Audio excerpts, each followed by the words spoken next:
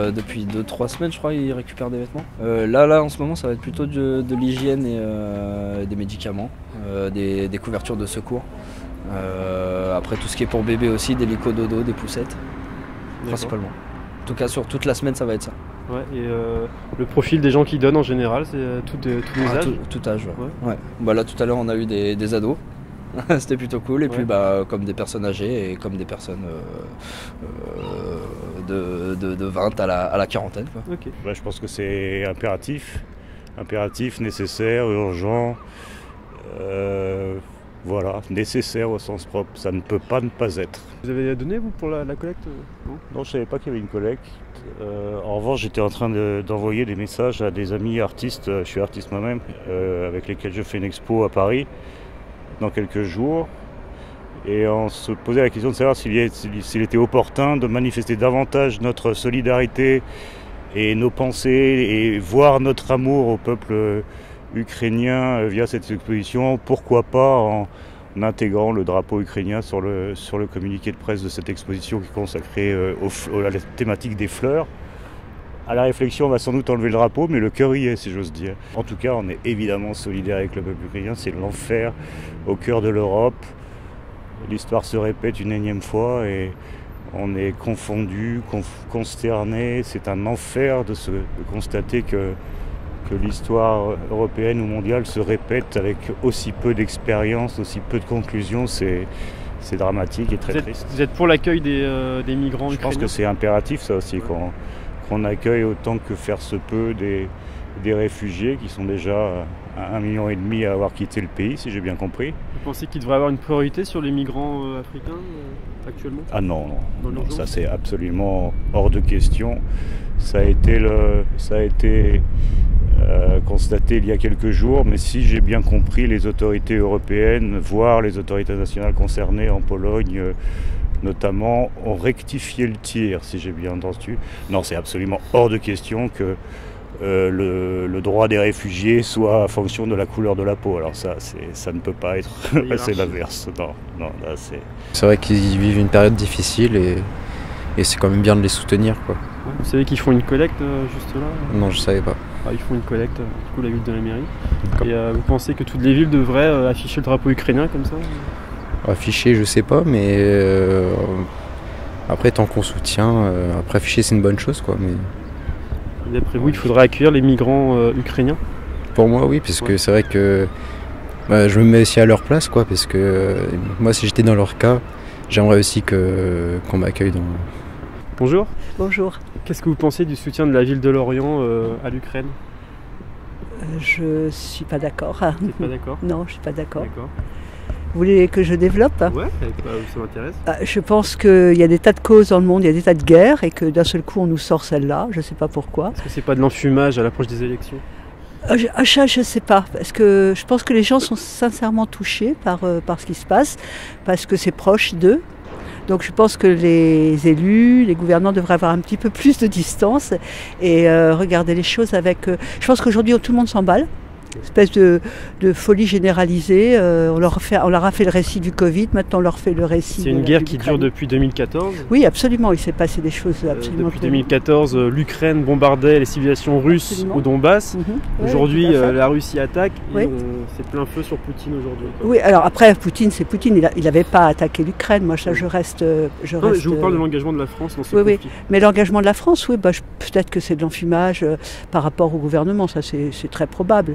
Mais en même temps, par rapport à la mairie de Lorient, enfin à la ville de Lorient, mais je suis d'accord avec vous sur ce point-là. Ça dure depuis longtemps, il s'est commis des atrocités en Ukraine. Regardez ce qui se passe avec les migrants, là. Les migrants africains qui ne peuvent pas quitter l'Ukraine parce qu'il faut que les Ukrainiens soient d'abord les premiers qui partent. Oui. Et c'est les Ukrainiens eux-mêmes qui les empêchent de partir. Donc, c'est normal cette hiérarchisation? Non, elle n'est pas normale, non, pas du tout. Elle est tout à fait scandaleuse même. Elle est à l'image de la façon dont sont traités les migrants non européens en Europe. Hein. Vous avez fait le parallèle avec la crise du Covid? Oui, parce que je trouve qu'on est pareil, on est dans un récit. Alors il va y avoir 50 millions de morts. Alors on a eu le droit à l'élixir de longue vie ou à l'antidote vaccin. Tout ça ne marche pas si bien que ça. Et c'était un grand récit qui agitait les cœurs des gens et maintenant on leur fait l'Ukraine. Donc il y a Dark Vador qui est Poutine, il y a les preux chevaliers qui sont les Occidentaux, enfin les Européens, et puis il y a la blanche Ukraine qui n'a aucun défaut et qui est la dame qu'il faut sauver, quoi. Et on aura un prochain. Après, moi je ne donne pas raison à Poutine, parce que je ne donne pas raison à quelqu'un qui attaque, mais il est enserré par l'OTAN. À un moment donné, imaginez la même chose aux États-Unis. Des négociations qui durent depuis 8 ans. Oui. On le prend pour un con. Oui, puis on l'a toujours. Il a eu des fins de non-recevoir de l'Europe. Enfin bon, et comme ce type, il a quand même cette espèce de vision fantasmatique de la grande Russie. Je crois qu'on a mis de l'huile sur le feu et il y en a qui vont tirer les marrons du feu et c'est pas nous, quoi. Ouais. C'est pas les Européens. C'est pour ça que je dis qu'il faut du recul. Leur envoyer des armes, pour moi, c'est de la folie. C'est de la folie parce que l'image que j'ai, moi, c'est c'est une bataille d'un pot de fer qui est la Russie contre un pot de terre qui est l'Ukraine. Et au pot de terre, on met une petite feuille d'aluminium pour lui faire croire qu'il est l'égal du pot de fer. C'est insensé. L'Ukraine va y laisser sa peau.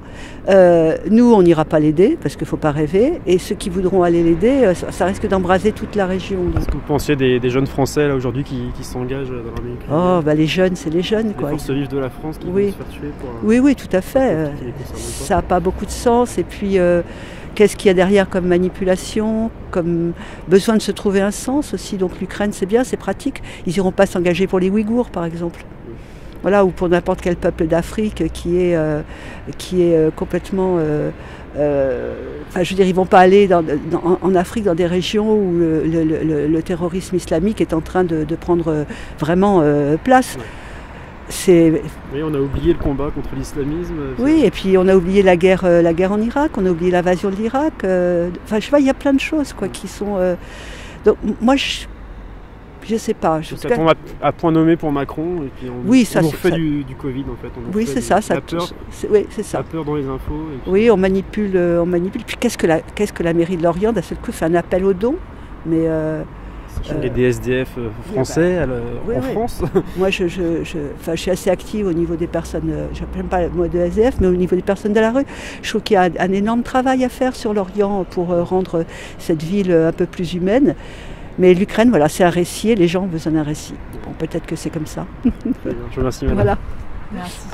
Bonjour. Bonjour. Vous venez de faire des dons pour l'Ukraine? Oui, je viens de déposer divers matériels de pharmacie, des petites choses, des orthèses de cheville, des petites choses qui peuvent servir en dépannage pharmacie et puis ce qu'on peut trouver à la maison, quoi. Donc toujours, c'est des petits dons, mais ça peut toujours aider malheureusement à ces périodes un peu tragiques, on va dire. Pourquoi c'est important pour vous de participer? Parce que c'est une manière aussi de prouver aussi à ce monsieur qui fait beaucoup de mal, qu'on peut malheureusement, pour pas le nommer, oui, qui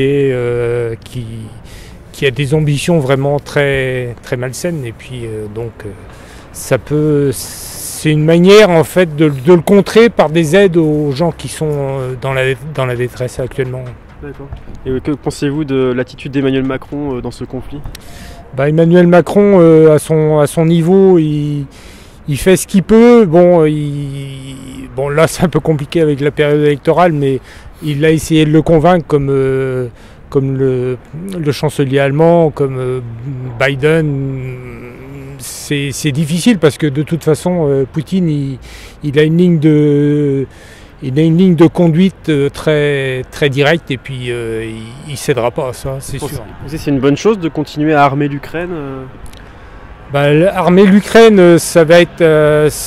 oui, on va dire oui de toute façon parce que à un moment donné ou à un autre, toute la population masculine est consignée dans le pays. Et puis, à un moment donné, c'est un peu à l'image de la France il y a 70 ans, faut pas se laisser faire, quoi, parce qu'autrement c'est la porte ouverte. Quelle peut être l'issue en fait de ce conflit si on continue d'armer l'Ukraine, que des Ukrainiens continuent de mourir sur le champ de bataille face à la Russie qui n'a rien à voir en termes de puissance. Oui, après, si l'Ukraine se laisse faire, et ils ne se laisseront pas faire, s'ils se laissent faire, de toute façon, ils seront écrasés.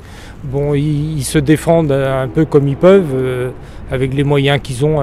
Donc, si on ne les aide pas, c'est une manière aussi de laisser la porte ouverte aussi. C'est un devoir humain pour vous ? Ouais. Je pense que là... Vous êtes pour l'accueil de migrants ukrainiens ? Oui, il n'y a pas de souci là-dessus. En priorité sur les autres ou est-ce que... Sur les autres ? Est-ce que dans l'urgence, on devrait privilégier l'accueil de migrants ukrainiens par rapport aux autres migrants ? Non, mais là c'est une urgence vraiment absolue parce que en fait c'est comme dans d'autres pays d'Afrique ou au pays de Bachar el-Assad où il y a énormément aussi de gens qui veulent s'en aller. Et, bon, c'est sûr que là, la France, pour eux, c'est surtout un pays de transit, mais là, l'Ukraine, c'est vraiment comment dirais-je, l'urgence absolue que les gens ils n'ont pas de point de chute, tandis que les autres, je dirais, ils savent que ils ont réfléchi ça depuis un bout de temps, tandis que là, les familles ukrainiennes, elles sont vraiment prises de dépourvu, quoi. Donc voilà. Vous ne pensez pas qu'il y ait de la récupération politique de la part d'Emmanuel Macron à l'approche des élections qui arrivent là, justement ? Non. De monter ça en épingle Non, c'est deux choses pour moi qui sont totalement différentes. Faut pas non plus mélanger les choses. Je sais que les autres... Des gens nous l'ont dit. Qu'ils mélangent ? Oui, des gens pensent que Emmanuel Macron fait semblant pour ne pas faire campagne. Non, moi je pense qu'il faut pas mélanger la France et les problèmes qui sont à l'extérieur de la France. D'accord. Voilà. Merci monsieur. Je vous en prie. Bonne journée.